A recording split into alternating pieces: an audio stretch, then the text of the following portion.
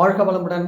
அன்பானவர்களே, நுரையீரல் பிரச்சனையை சரி செய்வதற்கும், சுவாச கோளாறுகள் பிரச்சனையை சரி செய்வதற்கும், குரட்டை பிரச்சனையை சரி செய்வதற்கும் ஒரு அற்புதமான பர்மம் தும்மிக்காலம்.